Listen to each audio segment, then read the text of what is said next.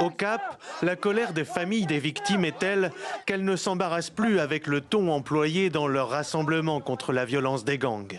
Elles n'emploient que des mots, rétorquent-elles, quand les trafiquants de drogue utilisent des armes et s'en prennent directement aux habitants, même ce jour-là, en pleine manifestation et malgré la présence policière. Dans ce quartier défavorisé du Cap, les enfants de la ville-mère, comme on la surnomme, tombent au nombre de 64 pour 100 000 habitants chaque année. Un taux d'homicide qui en fait l'un des endroits les plus dangereux du pays et des plus tendus. L'homme abattu ce jour-là était le frère de cette femme. Elle accuse ces personnes supposées proches d'un gang de l'avoir assassinée. Ici, dans ce quartier, tout le monde ou presque a perdu un proche.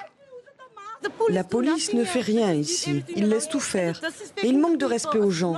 Ils disent « Oui, mais votre enfant est aussi un gangster ». La police de Mitchell's Plain, elle est corrompue. Je ne parle pas en tant que n'importe qui.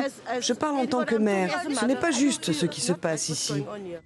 Les autorités de la ville répondent aux critiques à coups d'opérations policières visant à vider les rues des armes à feu et tentent de conserver le dialogue avec une population chauffée à blanc. Mais comme le reconnaît ce représentant municipal, les résultats sont faibles et les gangs gardent le cap sous leur joug.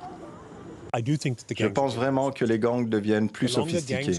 Plus ils perdurent, plus ils accumulent de ressources et plus ils deviendront sophistiqués.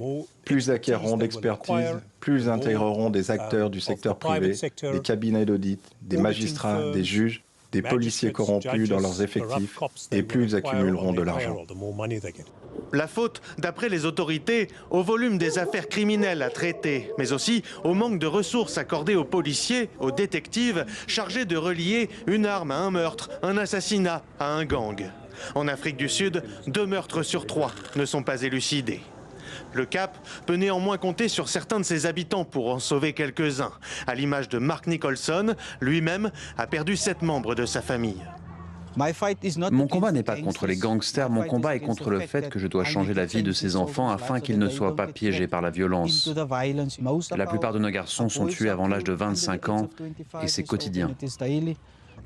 Outre les 76 000 meurtres non résolus entre 2018 et 2023, l'Afrique du Sud a dénombré sur la même période 61 000 affaires de viol et 9 000 enlèvements, également classés sans suite.